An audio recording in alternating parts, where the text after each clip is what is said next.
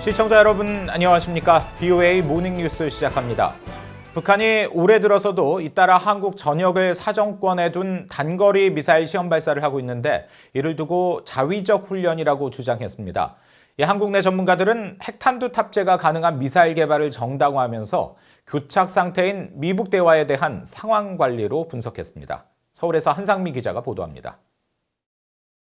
북한이 최근 잇따라 시험 발사한 지대지 전술무기, 즉 단거리 미사일이나 신형 대구경 방사포들은 모두 핵탄두 탑재가 가능한 것으로 전문가들은 분석하고 있습니다. 북한의 시험 발사에 대해 유엔 안보리 긴급회의 소집이 이어졌고 영국, 프랑스 등 유럽 6개국은 규탄 성명을 발표했습니다. 안보리 차원의 공동 성명은 발표하지 못했지만 중국 측 역시 북한의 발사에 불쾌감을 표시하며 코로나 바이러스 사태 속에서 도발적인 행동을 자제할 것을 촉구한 것으로 알려졌습니다. 이런 상황에서 북한은 지난 3일 선전 매체 우리민족끼리 TV를 통해 신형 무기 시험을 자위적 차원의 새로운 무기체계 훈련이라고 주장했습니다.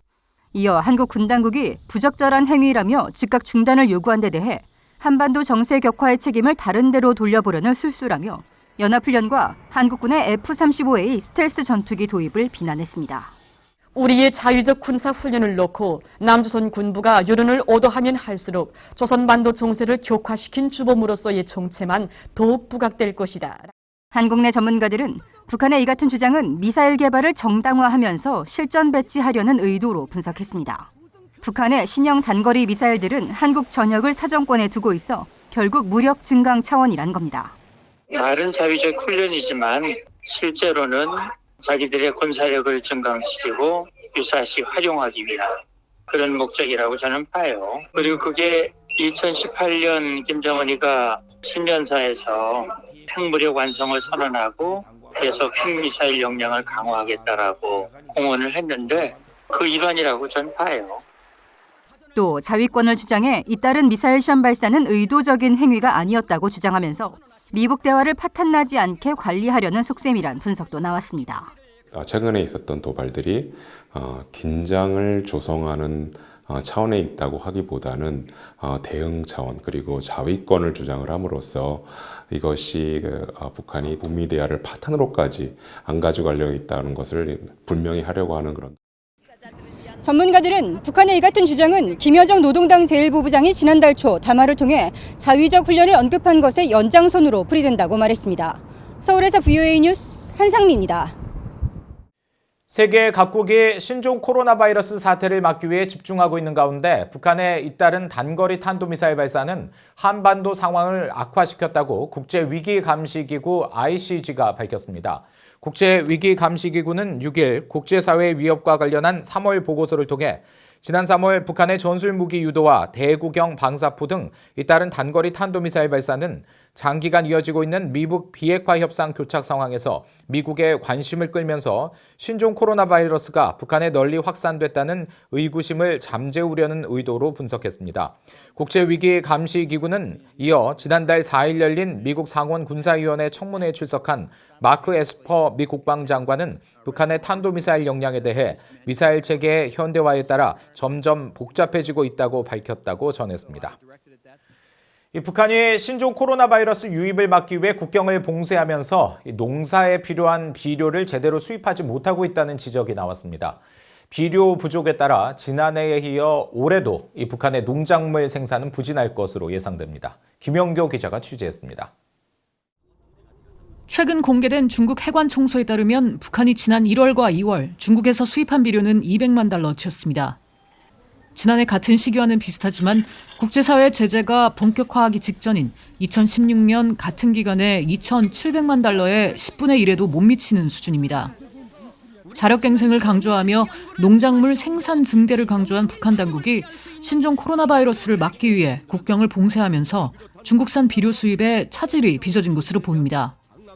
한국의 북한 농업 전문가인 권태진 박사는 비료 대부분을 중국에 의존하는 북한의 어려움이 더 커졌다고 지적했습니다. 국경이 이제 조금씩 열렸다고 하지만은 아직도 원활하게 물자가 교류가 되는 게 아니기 때문에 북한이 상업적으로 비료를 수입하든 아니면 지난 2년처럼 중국이 무상으로 지원하든 그게 대규모로 들어오기는 굉장히 어려운 상황이죠, 현재로서는.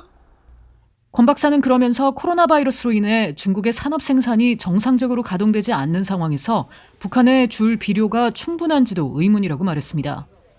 비료는 국제사회 대북 제재 대상은 아니지만 제재로 북한의 수출이 어려워지면서 비료를 사들일 충분한 현금이 확보되지 않은 것도 영향을 미쳤을 것이란 분석도 나옵니다.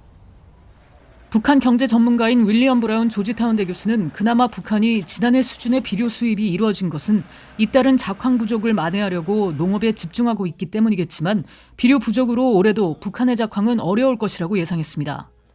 Important part of North Korea's agriculture. Couple of things. One, it is highly fertilizer dependent. They use a lot of fertilizer. That's back from the old Soviet model where you put in a lot of chemical fertilizer. 브라운 교수는 북한이 2010년 평안남도 남흥 청년화학연합기업소에서 비료 생산 시설을 추가했지만 수요를 자체 해결할 수준에는 도달하지 못했다고 지적했습니다. 전문가들은 지난해 돼지열병에 이어 올해는 신종 코로나 바이러스 전염 우려와 그에 따른 국경 봉쇄로 시장 활동이 위축되면서 북한 주민들의 식량난이 가중될 것으로 우려했습니다. BOE 뉴스 김양교입니다. 유엔 안전보장이사회 상임이사국인 미국이 유엔 안보리 대북결의 최종 이행 보고서를 제출하면서 유엔 회원국들의 북한의 해외 파견 노동자 송환과 관련한 안보리 결의 이행을 촉구했습니다. 미국은 지난 3일 유엔 안보리가 공개한 북한 노동자 송환 최종 이행 보고서에서 지난 2018년 12월부터 2019년 12월까지 노동 허가를 받은 북한 국적자가 한 명도 없었다면서 제재 이행을 준수하고 있다고 강조했습니다. 미국은 그러면서 북한과 관련한 모든 안보리 결의를 지속적으로 이행할 것이라며 다른 회원국들도 북한 노동자 송환 노력에 동참할 것을 촉구하고 요청이 있다면 가능한 범위에서 다른 회원국의 송환 노력도 지원할 것이라고 밝혔습니다. 한편 인도네시아도 같은 날 공개된 보고서를 통해 2018년과 19년에 걸쳐 북한인 8명의 단기 비자를 발급했지만 이는 아시안게임과 유엔 주최 국제행사 참석을 위한 것이라면서 현재 송환해야 할 북한 노동자는 한 명도 없다고 설명했습니다. 지난 2018년 이탈리아 로마에서 잠적한 조성길 전 이탈리아 주재 북한 대사 대리의 탈북에 반북단체인 자유조선이 관여했다고 미국 월스트리트 저널이 보도했습니다.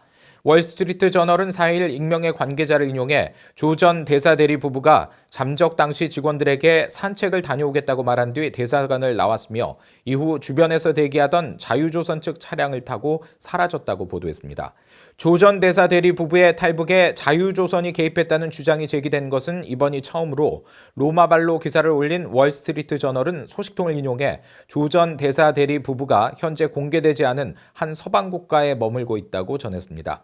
이 사건에 관여한 것으로 알려진 자유조선은 지난 2017년 김정은 국무위원장의 조카이자 살해된 김 위원장의 이복형 김정남의 아들 김한소를 구출해 신변을 보호한 단체로 알려졌습니다.